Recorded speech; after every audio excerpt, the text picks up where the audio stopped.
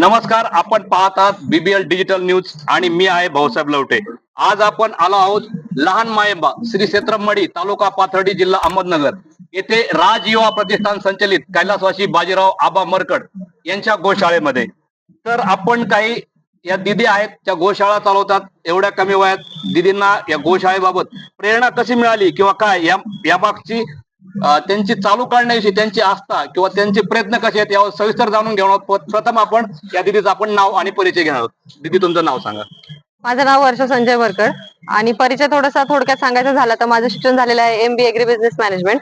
Post graduate student आहे आणि एक आवडीने एक गोसेवेमध्ये कार्य करणारी एक मुलगी म्हणू शकता.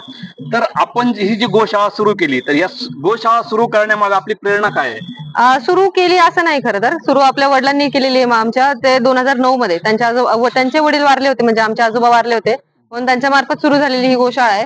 आणि एक पद्धतीने एक आवड निर्माण झाली म्हणून त्याच्यात आपण एक खारीचा वाटा आपला देतोय आणि तेवढे जिव्हाळा आपल्याला त्यांना लावता येतं तेवढं आपण लावतोय, अशा पद्धतीने काम करतोय आपण. तर ही गोशाळा नेमकी कधी सुरू झाली? गोशाळा आपली 2009 मध्ये सुरू झालेली आहे, एका गायीपासून. सध्या आपल्या गोशाळेमध्ये गाय किती आहेत? आता सगळे आपले गोशाळेतले नंदी आणि गायी सगळे मिळवले तर 250 आपले गुरं आहेत आणि त्याच्यात 50 ते 60 आपले नंदी आहेत.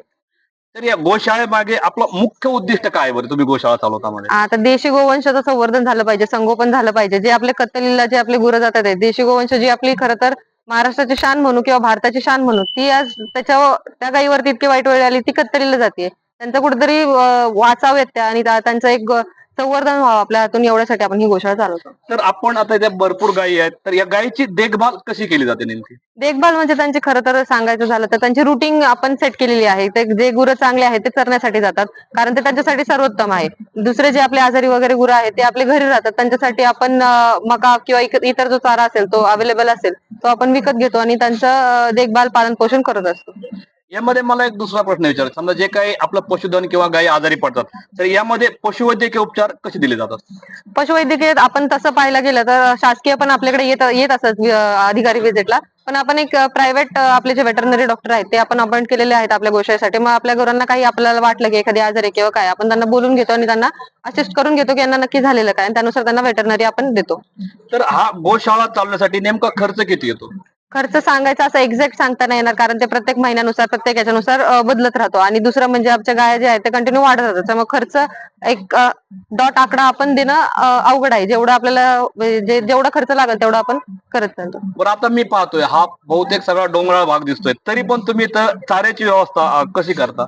चाऱ्याचे तर आपण जेवढं असेल तेवढं विकतच घेतो. आता सध्या वाड्या अवेलेबल होत नाहीत, आपण मका विकत घेतो. सध्या म्हणजे प्रायोरिटी आपण म्हणतो ते मकाला आम्ही प्रायोरिटी देत असतो, की गायांसाठी जे पौष्टिक आपण म्हणतो ना ते मका आहे खरं तर. मग जर मका अवेलेबल होत नसेल तर मग आपण त्यांना वाडे किंवा इतर जो खाद्य असेल ते आपण विकत घेतो त्यांच्यासाठी. तुम्ही ही जी गोशाळा चालवता, तर गोशाळेला सरकारकडून काही मदत मिळते का? हो, खरं तर आपण जे गोसेवा आयोग आहे त्यांना रजिस्टर आहे, पण शेवटी ते सरकारी काम आहे. आता वर्ष झालं आम्हाला कोणते पैसे हे झालेले नाहीयेत, अजून आलेलेच नाहीयेत. पण ठीक आहे, काही का होईना त्याच्या आधी त्यांची मदत आम्हाला आलेली आहे. ठीक आहे. तर आपण जी गोशाळा चालवताय याबाबत आपल्याला समाजाचा प्रतिसाद कसा आहे? खरं पाहायला गेलं तर याच्यात समाजाचा काही रोल आहे असं मला वाटतच नाही, कारण ज्याला त्याला वाटतं की आमची गाय फक्त काढावी आणि आम्ही गोशाळा सोडावी आणि यांनी सांभाळावी, एवढंच काही ते आहे. म्हणजे तसं फारसा प्रतिसाद किंवा फारसं प्रोत्साहन असं कोणाकडून भेटतं असं काही आता नाही. आपण पाहिलं पाठीमाग अध्यात्म किंवा जे समाज आहे, समाजामध्ये लोक गोमातेबद्दल प्रेम आहे असं दाखवतात, गोमातेवर श्रद्धा ठेवतात. त्यावेळी काही लोक चारा धान्य किंवा असं आर्थिक मदत काही गोशाळेला देत होते, तर त्या पद्धतीने तुमच्या गोशाळेमध्ये असं काही होतंय का? नाही नाही, आपल्या गोशाळेला अगदी मिनिमल मिनिमल म्हणजे वर्षातून 2-3 असं कोणी आले, 2-3 देणगीदार असे आले तर येतात वर्षातून, ते पण ते असं खास एवढं काय आपल्या गोशाळेला येत नाही.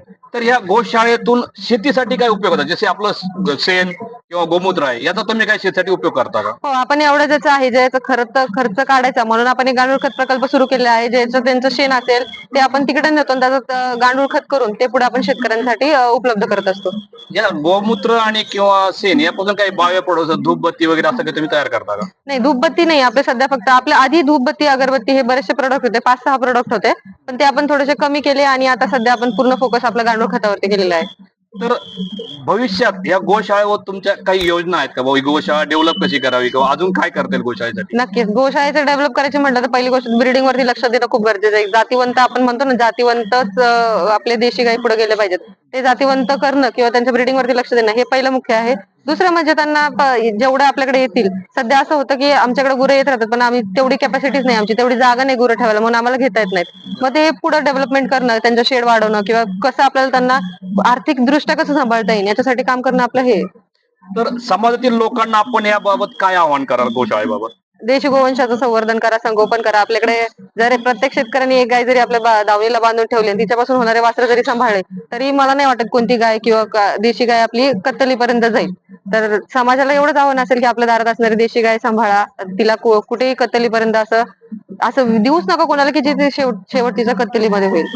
तर तुम्ही जे आता गोबर शेणापासून जे सेंद्रिय खत बनवतात किंवा गांडूळ खत बनवतात, तर आम्ही अहमदाबाद येथील एका गोशाळेला भेट दिली होती. गोपालभाई सुतारे यांची बन्सी गीर गोशाळा होती. तर त्यामध्ये पण तुमच्यासारखं फार छान प्लॅनिंग होतं. तर मला हे लोकांना पण सांगायचे, समाजाला पण, मी पण एक आमच्या बीबीएल डिजिटल न्यूज चॅनल मार्फत संदेश देतोय की जे आपण जर देशी गाईचं गोसंवर्धन केलं तर आपल्या आज घराघरामध्ये पाहतोय प्रत्येकाला घरात डायबिटीस आहे, बीपी आहे, कॅन्सर आपल्या पूर्ण भारत देशामध्ये थैमान घालतोय. जर आपल्याकडे गोवंश आणि देशी गाईचं संवर्धन केलं तर ही गोष्ट म्हणजे घराघरात जे काही आजार आहेत, जे काही दवाखान्याची संख्या वाढती, ती निश्चित कमी होईल. याबाबत आपण दीदीचं पण मत विचारूया की गोवंश पाळल्यामुळं आजार आपल्यापासून दूर कसे राहतात, त्यावर दीदी काही सांगतील आपल्याला. नक्कीच आजार दूर असतात, कारण आपण एक म्हणतो ना, एक त्यांच्या शेण आणि गोमूत्रामध्ये तितकी पॉवर आहे. तुम्ही काहीच नाही, रोज गोठ्याचं शेण जरी उचललं तरी, मला आता 4-5 वर्ष झाली मी हे काम करते, कधी खूप असे आजारी पडले असं मला आठवतच नाही. म्हणजे तेवढी ताकद त्या शेण आणि गोमूत्रामध्ये आहे. त्या श्वासातून जरी आपल्या ते पॉवर म्हणतो ना आपण, ती भेटत राहते आपल्याला.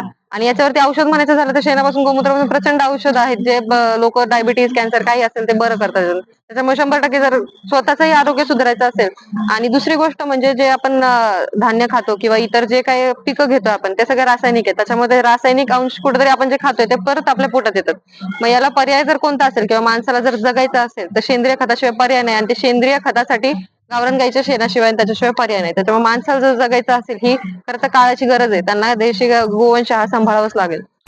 तर आपण पाहिलं लहान मायंबा श्री क्षेत्र मडी, तालुका पाथर्डी, जिल्हा अहमदनगर येथील राजयुवा प्रतिष्ठान संचलित कैलासवासी बाजीराव आबा मरकड येथील गोशाळा. तर या कार्यासाठी ताईचं मोठं योगदान आहे. अशा सामाजिक उपक्रमांना समाजाने नक्कीच पाठिंबा दिला पाहिजे. मी Bhausaheb Lavate, BBL digital news, Georai, जिल्हा बीड.